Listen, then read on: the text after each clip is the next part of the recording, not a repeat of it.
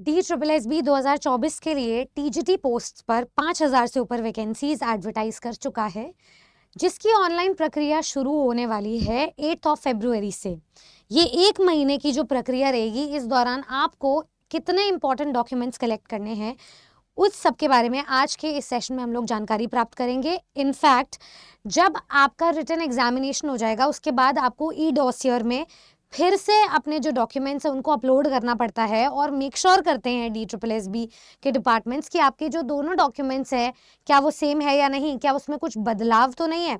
वो सिमिलैरिटी को ध्यान में रखते हुए पहले से ही मैं आपके डॉक्यूमेंट्स प्रिपेयर करवाना चाहती हूँ, तो इस सेशन को अंत तक ज़रूर सुनिएगा। सबसे पहले तो हम स्टार्ट करते हैं कि फॉर्म भरने के दौरान आपको किन किन डॉक्यूमेंट्स की ज़रूरत होती है। सबसे पहले तो चैनल पे ऐसे ही सेशन एक और गया हुआ है जिसमें हमने डिस्कस किया था कि 10th का जो रोल नंबर है वो आपको फॉर्म फिलिंग के टाइम पे चाहिए, यानी कि 10th की मार्कशीट आपको चाहिए होगी। आधार कार्ड का आपका जो नंबर है वो आपको चाहिए होगा। Roll number alpha numeric digits में नहीं होना चाहिए, सिर्फ नंबर्स में चल जाएगा। उसके बाद हम बात करते हैं फोटोग्राफ आपको अपलोड करनी पड़ेगी पोस्ट कार्ड फॉर्म में, उसकी डायमेंशंस दी हुई है।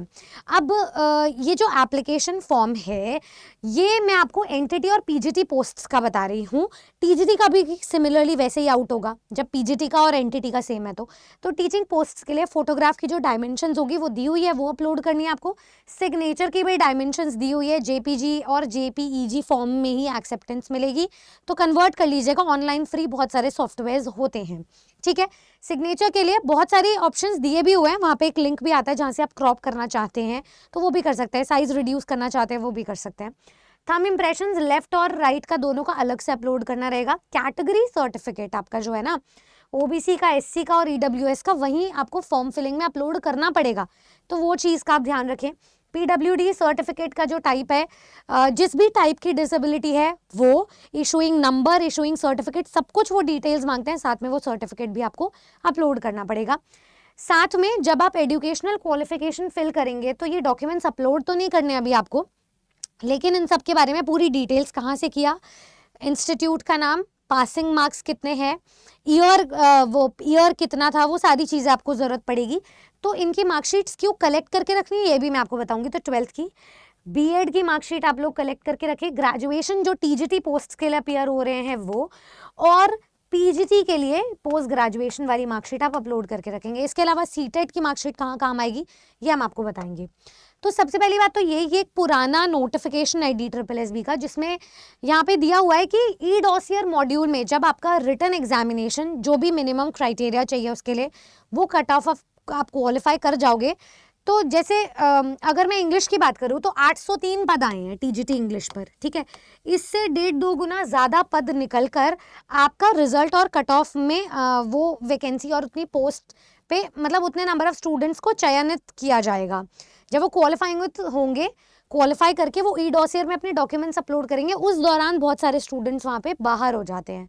तो वो सारी चीज़ें हम देखते हैं कि आपके जो डॉक्यूमेंट्स हैं वो पहले तो सारे स्कैन्ड होने चाहिए, ठीक है। दूसरा, सेल्फ अटेस्टेड होने चाहिए, उनकी कॉपीज़ अपलोड होनी चाहिए। सेल्फ अटेस्टेड कॉपीज़ मतलब आपके द्वारा वो अटेस्ट किया जा रहा है, ऐसे डॉक्यूमेंट्स आप अपलोड करेंगे। क्या है वो डॉक्यूमेंट्स?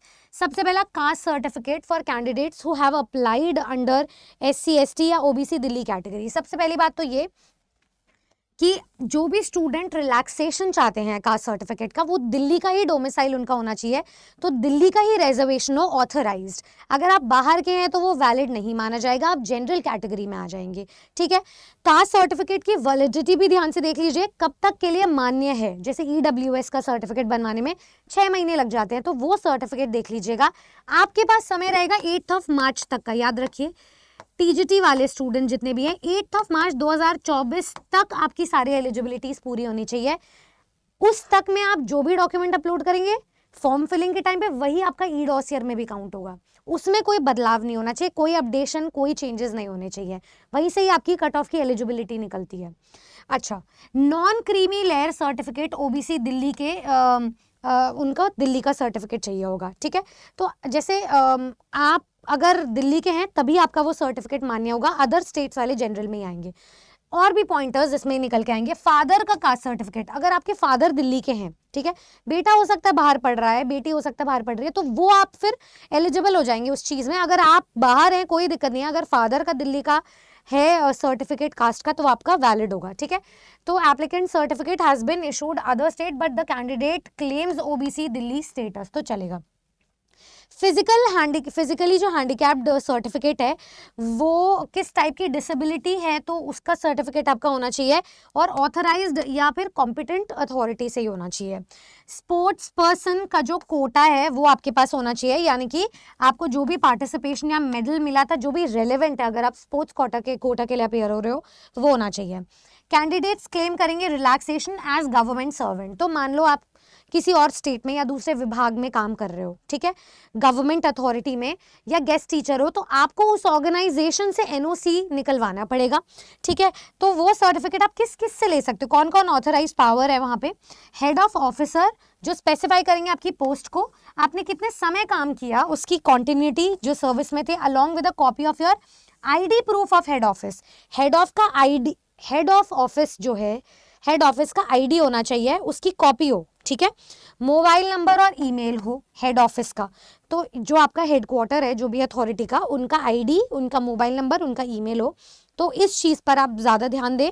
ये आपके पास एक सर्टिफिकेट उनकी तरफ से होना चाहिए इशूड, जो आप ई डॉसियर के टाइम पे क्लेम कर सकते हैं, वो मेंटेन करके रखिए। तो अभी से इन डॉक्यूमेंट्स को कलेक्ट करके रखिए, बाद में चेंजेस नहीं होंगे। अगर आप 8 मार्च के बाद कोई चीज़ बनवाओगे तो वो चीज़ मान्य नहीं होगी, ठीक है, अगर वैलिडिटी भी नहीं है तो। अच्छा, कैंडिडेट्स क्लेम कर रहे हैं रिलैक्सेशन एज एक्स सर्विसमैन, आप पहले कहीं सर्विस में थे तो वो वाली चीज़ है। Copy of discharge certificate showing period of service, मतलब आपके पास वो होना चाहिए एंड रीजन फॉर डिस्चार्ज, कि आप वहाँ से क्यों नौकरी छोड़ रहे हैं, अगर आप एक्स सर्विसमैन हैं, किस पीरियड तक के लिए काम किया था, उसका कॉपी होना चाहिए आपके पास में। तो बहुत ही बारीकी से डॉक्यूमेंट्स कलेक्ट करने हैं। फॉर प्रूफ, अब देखो आपका डेट ऑफ बर्थ का प्रूफ के लिए आपका बर्थ सर्टिफिकेट चलेगा या 10th क्लास का सर्टिफिकेट, दोनों में से कोई भी एक चीज़ चलेगी। स्टूडेंट्स, कई बारी बहुत सारे स्टूडेंट्स हैं जिनका बर्थ सर्टिफिकेट नहीं बना हुआ है, वो देख लीजिए। और इसका ऑल्टरनेटिव है 10th क्लास का मैट्रिक का सर्टिफिकेट, मैट्रिक्स का। अब ये इस पे डॉक्यूमेंट्स आप ध्यान से चेक कर लीजिए। मम्मी का नाम जो है कुछ और लिखा हुआ है, अलग है, 12th में कुछ और, फिर ग्रेजुएशन में कुछ और, फिर पोस्ट ग्रेजुएशन में कुछ और, तो वो चीज़ आपको जो है करेक्ट करवा लेनी है टाइमली।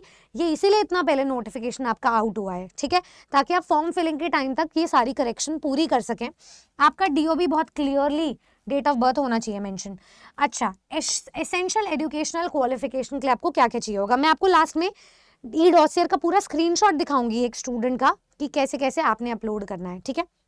देखिए, एसेंशियल एजुकेशनल क्वालिफिकेशन में मार्कशीट ऑफ ईच ईयर, अब हर साल की आपकी मार्कशीट चलेगी। फॉर्म फिलिंग में तो आपने सिर्फ अपना लिख दिया कि किस इंस्टीट्यूट से थे, passing year and all of that marks. यहाँ पे हर ईयर और हर सेमेस्टर की आपको मार्कशीट चाहिए है, क्योंकि आप ई डॉसियर में अपलोड करेंगे अपने क्वालिफिकेशन के साथ। Original, provisional degree, diploma, certificate, कुछ भी चलेगा, ओरिजिनल या प्रोविजनल में से, ठीक है। डिग्री, डिप्लोमा या सर्टिफिकेट में से कुछ भी चलेगा, एप्लीकेबल क्वालिफिकेशन हो। अब कैंडिडेट्स जिन्होंने अक्वायर किए एसेंशियल क्वालिफिकेशन प्राइवेट यूनिवर्सिटी से, गवर्नमेंट नहीं है, तो वो अपनी मान्यता कैसे प्राप्त करेंगे? आपका जो रिकॉग्निशन या अफिलिएशन है इंस्टीट्यूट का, उसका प्रूफ चाहिए कि किस प्राइवेट इंस्टीट्यूट से हो, उनका प्रूफ चाहिए। अब वो आपको यूनिवर्सिटी जाकर के ही मिलेगा अपना, ठीक है। Proof of recognition of the cause by the competent authority, ठीक है, आपका जो कॉज जो आपने परस्यू किया है वो उसको अफिलिएशन मिली भी है, तो उसका आपको कॉम्पिटेंट अथॉरिटी अपने वही इंस्टीट्यूट जाकर, अपने यूनिवर्सिटी जाकर आपको जो है उनका प्रूफ मिलेगा कि मान्यता कैसे आप साबित करेंगे उस चीज़ की, ठीक है। अच्छा, आपकी एडमिट कार्ड की कॉपी जो है ना, अब स्टूडेंट्स क्या करते हैं, एडमिट कार्ड एग्जाम में आया, खो दिया उसके बाद, या फिर कहीं गुम गया, उसको सीरियसली नहीं लेते हो। एडमिट कार्ड आपने संभाल के रखना है, वो भी वो वाला एडमिट कार्ड जिसमें आपके इन्विजिलेटर के सिग्नेचर हैं, ठीक है। तो देखिए, आपके भी यहाँ पे सिग्नेचर है और काउंटर सिग्नेचर है इन्विजिलेटर के द्वारा, जो सेल्फ अटेस्टेड नहीं है। यहाँ ब्रैकेट में आपको सेल्फ अटेस्ट ये नहीं करना, ये एडमिट कार्ड इन्विजिलेटर के द्वारा सैंक्शनड है प्लस आपके द्वारा सैंक्शनड है, वही वाला आपकी ज़रूरत पड़ेगी अपलोड करने की। नेक्स्ट हम बात करते हैं, आधार नंबर चाहिए होता है, वो तो फॉर्म फिलिंग पे भी चाहिए होता है, तो ये बहुत ही केयरफुली, मतलब सही होना चाहिए, कोई उसमें चेंजेस ना हो। ई डॉसियर मॉड्यूल कॉपी इसकी अपलोड नहीं करनी होगी आपको। कोई भी और डॉक्यूमेंट जो भी DSSS पूछे वो तो आपको टाइमली मतलब एग्जाम से पहले फॉर्म फिलिंग के टाइम पे हम बताते ही रहेंगे। फोटोग्राफ फॉर्म फिलिंग के टाइम पे डायमेंशंस के साथ चाहिए, सिग्नेचर भी, राइट थंब इम्प्रेशन भी चाहिए, लेफ्ट भी चाहिए होता है।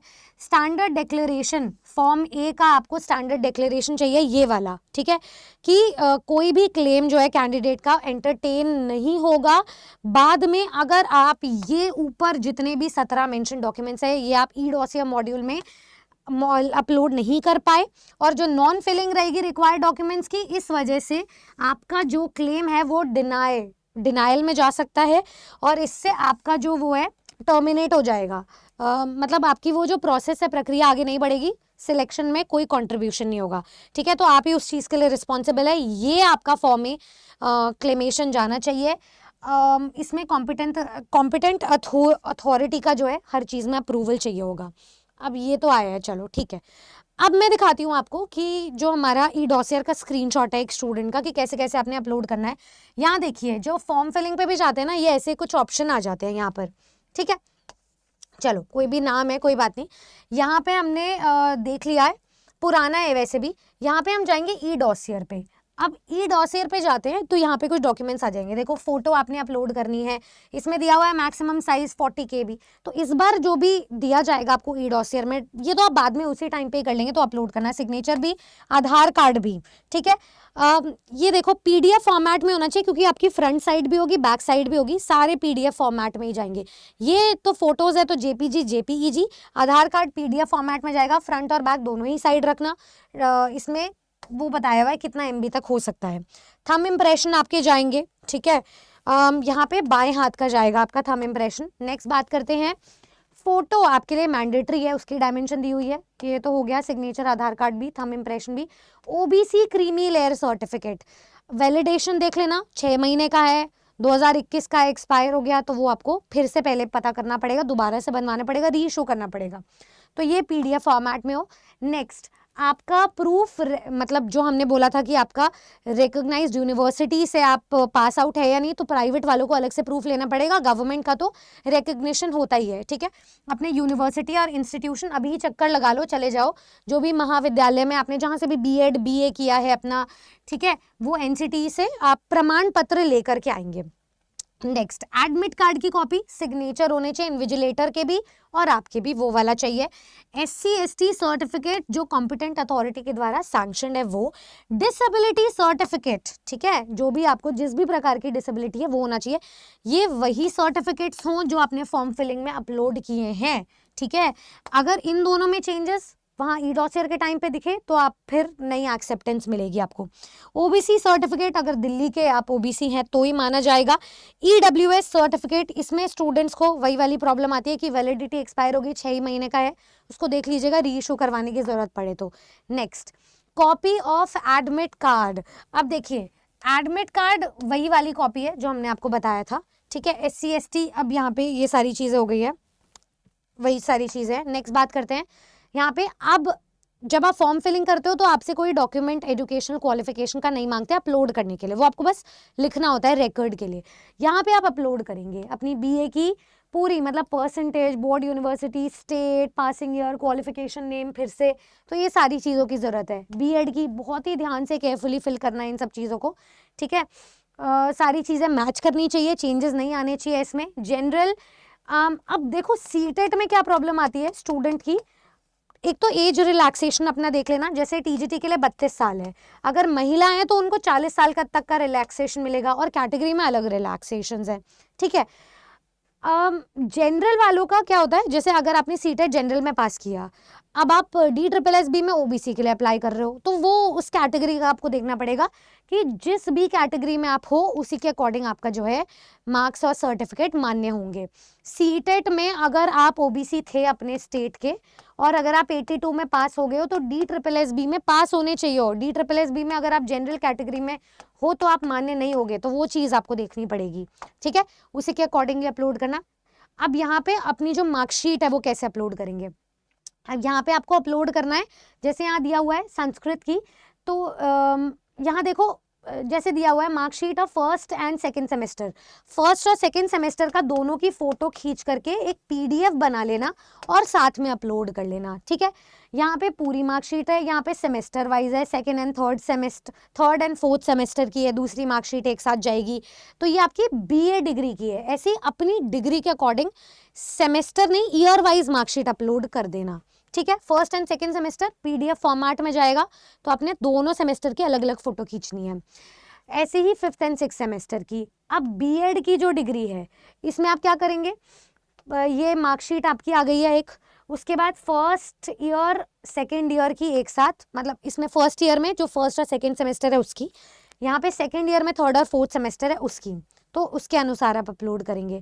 उसके बाद documents with regard to knowledge of Hindi. अब ये हिंदी वाला पंगा हो जाता है, आपने 8th तक अगर हिंदी पढ़ी है, 8 से लेके ग्रेजुएशन पोस्ट ग्रेजुएशन तक कभी भी हिंदी पढ़ी है, 8 तक तो वो मान्य होता ही है। कोई भी स्टूडेंट है वो कहेगा मेरी लैंग्वेज आगे चेंज हो गई थी, 10 तक तो था ही नहीं हिंदी, 8 तक मान्य रहेगा। और अगर ग्रेजुएशन पोस्ट ग्रेजुएशन में पढ़ा है, वेल एंड गुड, एक किसी भी टाइम में आपने पढ़ा है, वो वाला कोई भी डॉक्यूमेंट चल जाएगा, वो आप अपलोड कर सकते हैं। CTET qualified certificate from CBSE, तो आपका जो सीटेट का क्वालिफाइंग सर्टिफिकेट जो आपका 21 जनवरी में अगर कोई स्टूडेंट क्वालिफाई करेगा, तो जब तक आपका रिजल्ट नहीं आता उसके बाद ही आप उसको अपलोड कर पाएंगे। तो इस चीज़ को बहुत ही ज़्यादा ध्यान से ध्यान रखना, अगर वो वैलिड है, मान्य है तो, और उससे पहले वाले जो हैं जिनके पास भी इशूइंग सर्टिफिकेट है वो अपलोड करें, ठीक है। जैसे यहाँ पे बोला हुआ है हिंदी के लिए 10th या कोई भी मार्कशीट जिसमें हिंदी विषय हो, कोई भी वो चलेगा। CTET qualified marksheet from CBSE, ये चलेगा। 10th का सर्टिफिकेट बहुत केयरफुली अपलोड करना। First page of admit card जो इन्विजिलेटर के द्वारा साइंड है वो अपलोड करना। डॉक्यूमेंट्स आपके एक्सपीरियंस सर्टिफिकेट के रिगार्ड में, आप अगर एक सर्विसमैन है, क्या रीज़न था, वो सारे उसी रिगार्ड में आपने पूरे डॉक्यूमेंट जो दिए गए थे वो अपलोड करना। अगर आप रिलैक्सेशन क्लेम कर रहे हैं एज में तो उसके रिगार्डिंग अपलोड करना। कास्ट सर्टिफिकेट जो है आपका ओबीसी दिल्ली का, या फिर एससी या एसटी पीएच फिजिकली हैंडीकैप, उनका डॉक्यूमेंट अपलोड करना, जो फॉर्म फिलिंग में किया था वही करना। ईडब्ल्यूएस सर्टिफिकेट ध्यान से करना जो किया हुआ है, ठीक है।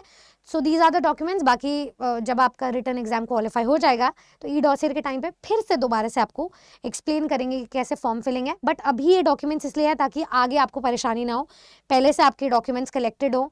और ये वो वाली बात नहीं है कि अभी से पढ़ लो आगे काम आएगा, ये मैंडेटरी चीज़ें हैं जो अभी आपको तैयार रखनी पड़ेगी, बाद में रखोगे वैलिडिटी एक्सपायर हो गई है, बहुत सारी चीज़ें, तो अपनी प्रेपरेशन में भी आपकी हिंड्रेंस आएगी और टर्मिनेट भी हो सकते हो, ठीक है। So all the very best, preparation अपनी बरकरार रखें।